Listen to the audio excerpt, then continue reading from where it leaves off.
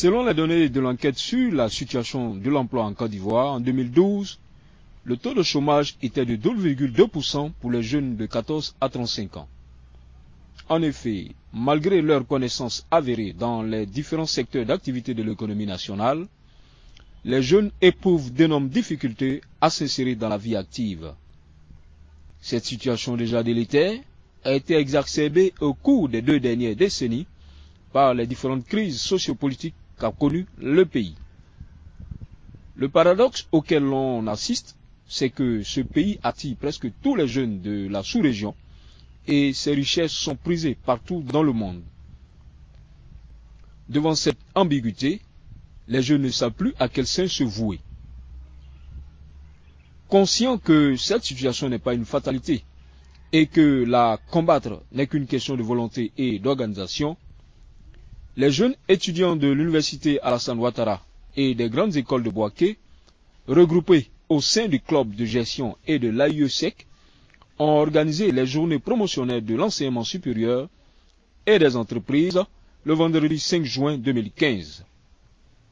À cette occasion, ces jeunes ont jugé utile d'inviter le directeur exécutif du bureau de vente des producteurs, BVP, à l'effet de prononcer une conférence dont le thème est « Les atouts nécessaires pour entreprendre dans le domaine de l'agriculture ». Le choix du conférencier n'a pas été fortuit.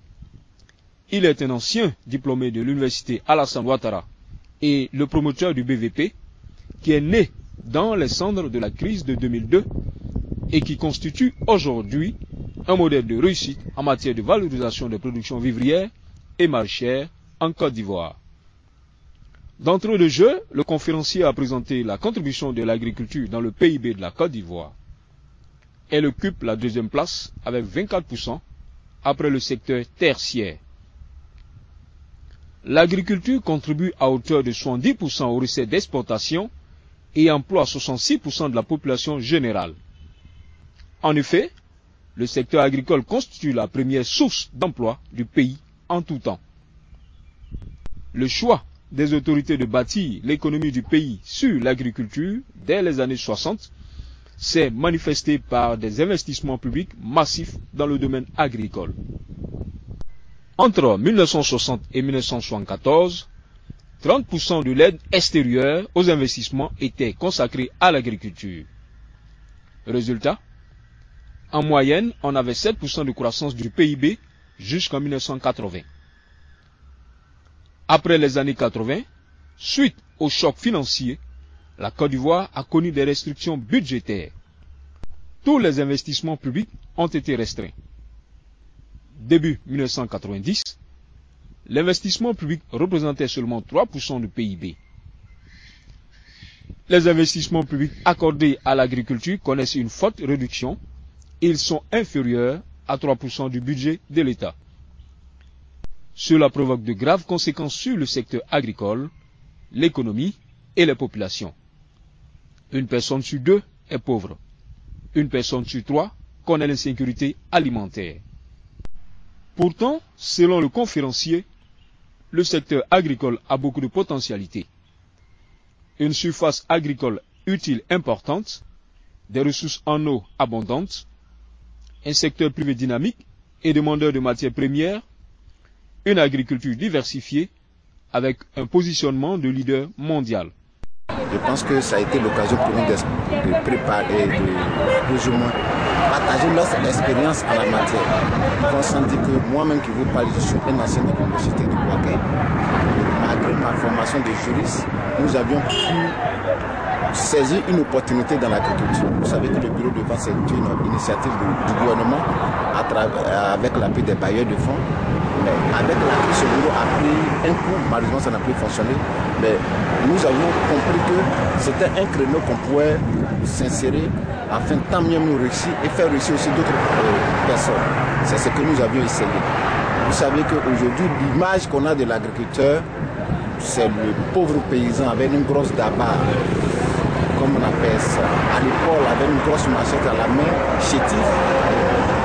À la rigueur, même les femmes qui font la commercialisation, c'est des femmes qui sont mélangées avec les sacs entassés dans un camion peut-être de 5 places, elles se retrouvent à 10 et 15. C'est cette image-là qu'on a toujours présentée de l'agriculture. Mais moi, je peux affirmer haut et fort aujourd'hui que ce n'est pas totalement vrai. Ce n'est pas totalement vrai. Il y a eu des initiatives concernant le retour à la terre. Mais le retour à la terre a symbolisé pour beaucoup de personnes, même que ce soit les cadres ou bien les étudiants, d'aller prendre une machette et autres. Ce n'est pas forcément ça. Parce que quand on parle d'agriculture aujourd'hui, c'est une chaîne de valeur. Depuis la production jusqu'à même la gestion des revenus. Mais quand vous prenez notre système éducatif aujourd'hui, parmi eux, il y a des ingénieurs agronomes, il y a des économistes, il y a des juristes et autres. Mais l'agriculture prend en compte tous ces pans. Tu ne peux pas faire aujourd'hui une agriculture réussie sans avoir accès au crédit. Mais qui peut mettre ces mécanismes de financement en place si ce n'est pas des jeunes diplômés? Quand on parle d'agriculture, il faut sécuriser la terre. Mais quand on parle de droit foncier, qui peut faire si ce n'est pas les juristes? Quand tu parles, aujourd'hui on dit que par exemple, l'esprit coopératif n'est pas développé dans nos différentes raisons. Mais est-ce qu'on a essayé de développer les raisons fondamentales qui justifient tout cela? Mais les sociologues pourraient nous donner des chiffres réels, des éléments concrets afin de trouver des solutions fiables. Je crois qu'au terme de cette conférence qui vient d'être tenue, je pense que beaucoup de choses vont être lancées. Aujourd'hui, il y a 70% de notre population qui ne vit de l'agriculture. Malheureusement, leurs parents végètent au village, ils n'ont pas de grands revenus. Ils se sont sacrifiés pour mettre leurs enfants à l'école. Malheureusement, eux aussi aujourd'hui ne trouvent pas d'emploi. Donc voilà le paradoxe dans lequel nous sommes. Mais à côté de ça, tout ce que nous produisons est prisé presque partout dans le monde. Pourquoi il ne peut pas avoir une synergie entre ces paysans malheureux analphabètes qui sont restés au village et nous les jeunes diplômés pour qu'on puisse créer une synergie, ne serait-ce que valoriser ce que nous produisons? La problématique de l'insertion des jeunes diplômés dans le secteur agricole se pose en ces termes. Quelles sont les conditions nécessaires pour l'insertion des jeunes diplômés dans le secteur agricole? Pour réussir dans notre milieu, je réponds maintenant à votre question. Vous qui m'avez demandé, est-ce qu'on peut entreprendre dans l'agriculture? Je dis oui.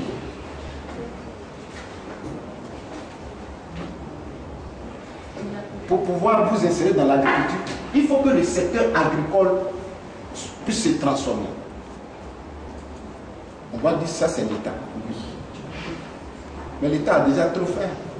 Ce n'est pas l'État qui va transformer, c'est vous. Je vais vous dire comment vous allez transformer le milieu.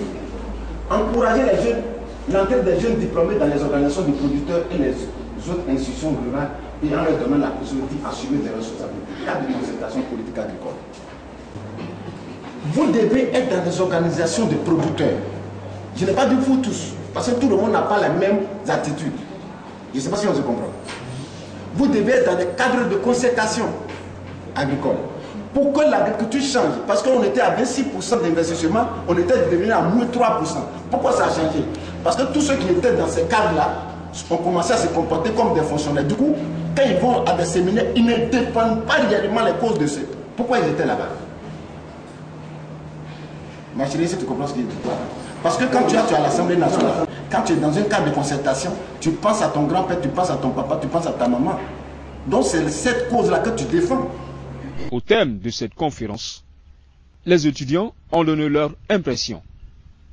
Bon, je pense que la conférence a été très enrichissante puisqu'elle nous a permis de connaître un peu le monde de l'entrepreneuriat et aussi de booster notre envie de se mettre dans ce monde-là, d'être des entrepreneuses et de pouvoir aussi permettre à nos parents qui sont dans le domaine de l'agriculture de sortir un peu de leur misère. Je garde un bon souvenir et surtout quelque chose d'important sur l'agriculture, ce que je n'avais pas avant. Vu la conférence de M. Nguessan, ça a boosté un peu, voilà, beaucoup de choses en moi. Ça me permettra aussi de me cultiver et de m'intéresser beaucoup à l'agriculture, surtout au niveau de la gestion. Ça permettra aussi d'informer aussi mes amis, de pouvoir s'intéresser à l'agriculture. C'est des choses qui n'est pas fait. Les étudiants ne s'intéressent pas beaucoup à l'agriculture. Ça me permettra aussi de pouvoir faire plus de recherches et m'intéresser beaucoup à l'agriculture. Ça, c'est important. C'était une conférence très riche Parce que quand nous sortons d'une telle conférence, on comprend qu'on n'est pas tous forcément amenés à travailler dans un bureau quelque part. Chacun peut utiliser ce qu'il sait dans sa formation de juriste ou bien dans sa formation d'économiste pour intervenir dans le domaine agricole, qui est pour notre cher pays la base de notre richesse. Après l'exposé du directeur exécutif du bureau de vente des producteurs du Bouaké, j'ai été impressionné. Impressionné parce que nous découvrons qu'aujourd'hui, le plus important, ce n'est pas d'attendre des leaders, d'attendre des gouvernants, mais en tant que des jeunes qui nous formons déjà, en tant que des jeunes qui avons déjà notre avenir entre nos mains, nous pouvons développer le potentiel qui est en nous, nous jeter dans le secteur agricole et nous croyons que notre avenir peut également y sortir là-bas. Parce que nous découvrons aujourd'hui que le monde est en train d'évoluer et les statistiques nous ont prouvé que dans 50 ans, la population mondiale va atteindre 9 milliards de personnes. Ça veut dire que la population augmente, mais les ressources n'évoluent pas rapidement au même niveau que la population. C'est dire qu'il y a un besoin sérieux dans le domaine de l'insécurité alimentaire qui va demain se présenter. Et en tant que des jeunes, nous voulons déjà travailler notre potentiel pour développer le secteur agricole et être demain utile aussi à notre nation, utile à notre société et utile aussi à nos familles.